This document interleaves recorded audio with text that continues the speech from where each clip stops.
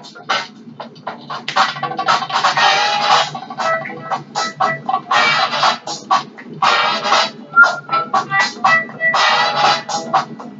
of night, the moon shining bright. There's a set going strong, a lot of things going on. The man of the hour has an air of great power. The dudes have been with him for so long. Oh, Superfly, you're gonna make your fortune by and by. But if you lose, you don't have no place to try. The only game you know is do or die. Hard to understand, but a hell of a man. This cat of the slum had a mind, wasn't dumb. But a weakness was shown, cause his hustle was wrong. His mind was his own, but the man lived alone. Ooh, Superman, you're gonna make your fortune by and by. But if you lose, you don't ask no questions why. The only game you know is do or die.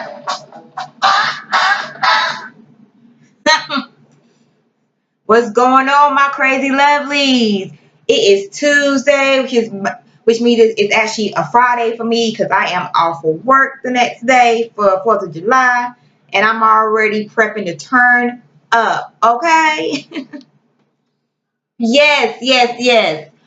So I went to go see Superfly, the new updated version with Trevor Jackson, Big Boy, some other stars I can't name right now. And I wanted to talk about that movie for a brief bit. So spoiler alert. So in case you guys have not seen this movie yet, you may not want to click on this video because I am gonna dish out some spoilers, the things that happen in the movie, okay? Just, forewarning you. So anyway, I don't know if y'all seen the old version of Superfly that was done in the 70s, but I seen that one too. And I seen this new one.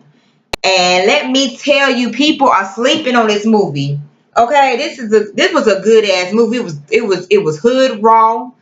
It was straight no chaser.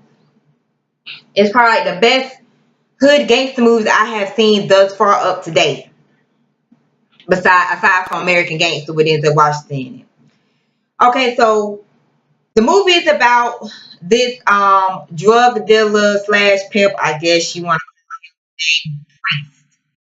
He's been in the game a long time. He got, supreme status or whatever, and he gets a close call from actually almost losing his life.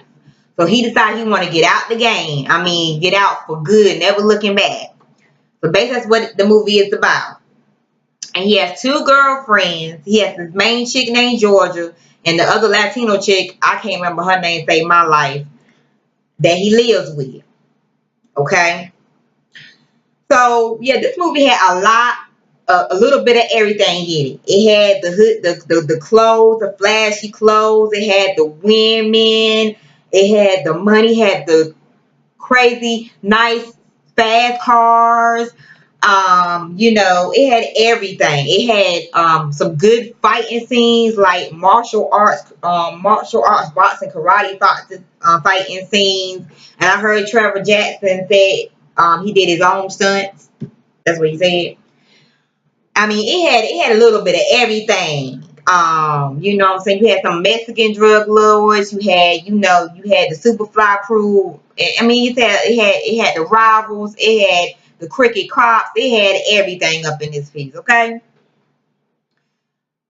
So anyway, Priest is like, I mean, he a cool cat, but he kind of maintain key to himself. He ain't all about that flash and dash. That's how he been staying under the radar from the cops. He do his thing and he dip out. But anyway, of course, you got some haters in the game. And the haters are the Snow Patrol. They call them the Snow Patrol because all they wear is white. They flash and dash and, they bring a lot of attention to themselves, basically. And this one little young thug, he ain't satisfied at the table that he eating at. Talking about he want to take the food from Priest's table. So you got a hater over here. You know what I'm saying? Anyway, how the scene opens is, Priest go visit this young rapper cat. He got dreads or whatever. And he goes into this little club And they got the nice cars and they partying, they blasting his music and stuff like that. And I guess the young rapper was, I guess, pushing weight for him on the low, but he wasn't he didn't provide the money that he needed for the weight that he was pushing. So, Priest was asking him for his money. And he was like, well, anything you gotta say, you can say to my people. So he had these wannabe thug, like fake thugs, supposed to be his bodyguards or some shit. And Priest was just looking at, and Priest didn't come, he ain't had no gun on him or nothing. He just came in like, look, he said, you could try to act gangster all you want to. Half the jury you got aren't even real, and those wannabe gangsters ain't nothing to me. He said the only thing gangster is the bank. When he said that, I was like, damn, cause that is real true talk. If you really think about it, like the bank own all this shit. You know what I'm saying? Your house, your more everything. They control the money. They control the currency of how much money gets printed out through the United States government. So he is right on that perspective. Ain't nothing more gangster than the bank. And that's for real. Like if the bank really wanted to, they can just draw all your money out from your account and keep it and not give it to you for whatever reason. I mean, that's thoroughbred gangster. That's why a lot of old people kept their money in the shoe boxes or underneath the cardboard, kitchen towels and stuff, because they ain't trust the bank. You still shouldn't trust the bank, but that's neither here or there. Anywho, so yeah, he ain't nothing more gangster than the bank. So either you gonna pay me my money or whatever. So, it has a little snippets out there that I like that, it really registered with me. When he said ain't nothing more gangster than the bank, he is right. Because the bank owns all this shit right here. You know what I'm saying? They have the control of the money. Basically, they own all this shit. So ain't nothing more gangster than the bank. And then he he kind of underhanded his boss a little bit. He was trying to get out of the game, like I just said before, because he had a close encounter, almost getting killed. And so he went to the big dogs. He went to the Cartiers or whatever. He went over to the Mexican border where the source was. And them motherfuckers, they do not play. Like, you know what I'm saying? They do not play. So he went over, his own boss to the top, to the source. And he was just telling them, like, man, you give me double the amount, I can push more, I can give you more money. So that what was happening. He was getting way more money he was getting because he felt like the only way he can officially get out of this and be comfortable if he had enough money to never look back again or whatever. Anyway, okay, so you always got people that's in your crew that mess shit up. They don't mean no harm, but they some fuck ups. So he had a couple of fuck ups in his crew, like his best friends and stuff was fucking up shit, doing reckless shit without really notifying him what he was doing. Causing Priest to get more attention on him. And so, Priest had a problem with that because, for the longest time, he been under the radar. He main low key. I mean, he was flashy, but he wasn't all that flashy. He kept it like monotone. You know what I'm saying? And, he was like telling one of his friends, like, yo, the cops got a hold of their, what they was doing. And basically the cops were like, the cops wanted in. And it was like, you got to pay me, $1 million, every week, and we'll keep the cops off for you. We keep snow patrol off for you. You got to pay us $1 million.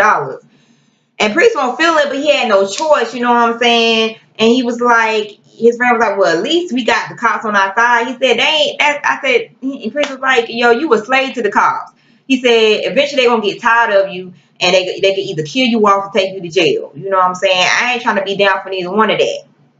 He said, I told you to keep it low key, all this other stuff, so we can, just, when we get out, we be free. He said, where are we going to be free at? He said, you know what I'm saying? We are black men. It ain't nowhere safe for us to land.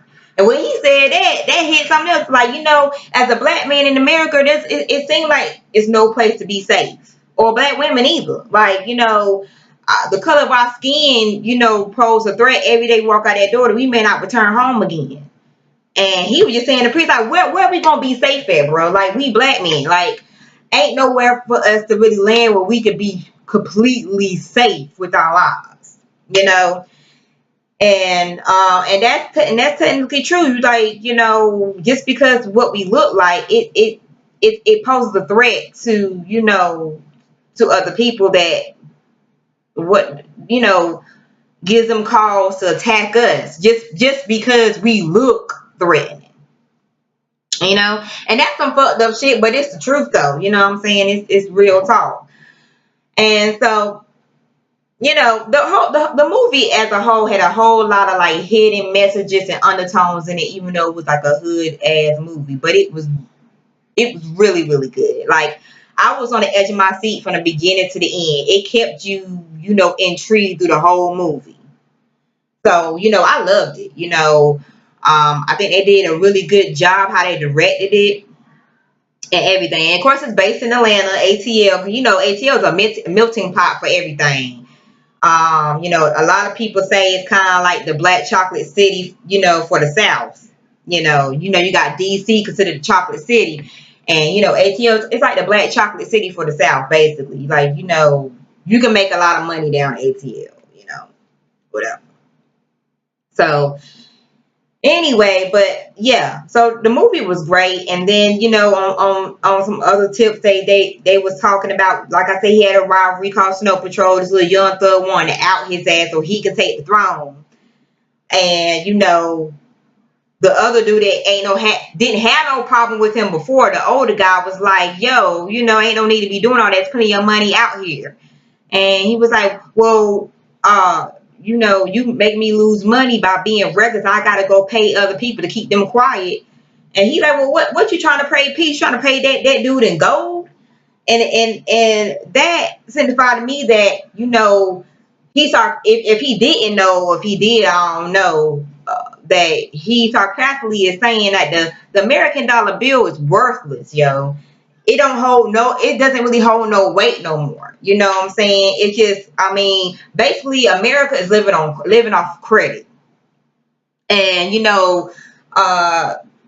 you want anything valuable that you have real access to, you gotta start purchasing you some gold or some silver, some real authentic gold, some silver, because sooner or later the dollar bill is gonna flop.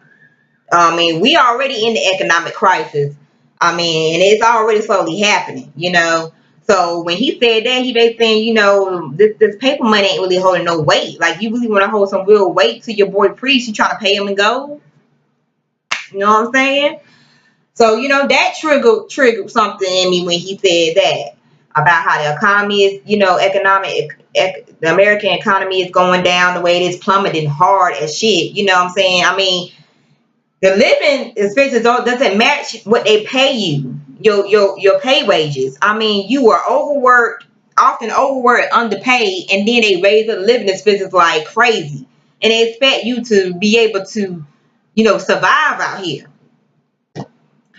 It's just crazy, man. It had a lot of things to it. And then his girl Georgia, she was, ride or die chick, his main chick, or his bottom bitch, or whatever you want to call her, and everything like that. And I loved it. I'm not gonna give any more spoilers out, but yeah, I thought it was a great movie. I think they did exceptionally well, and I think a lot of people won't sleep on this movie. So if you haven't seen the movie, and if I hadn't really spoiled it too much with my spoilers, please go check this movie out. It is worth seeing. You'll be on the edge of your seat from the beginning to end. I left that movie hyped as hell.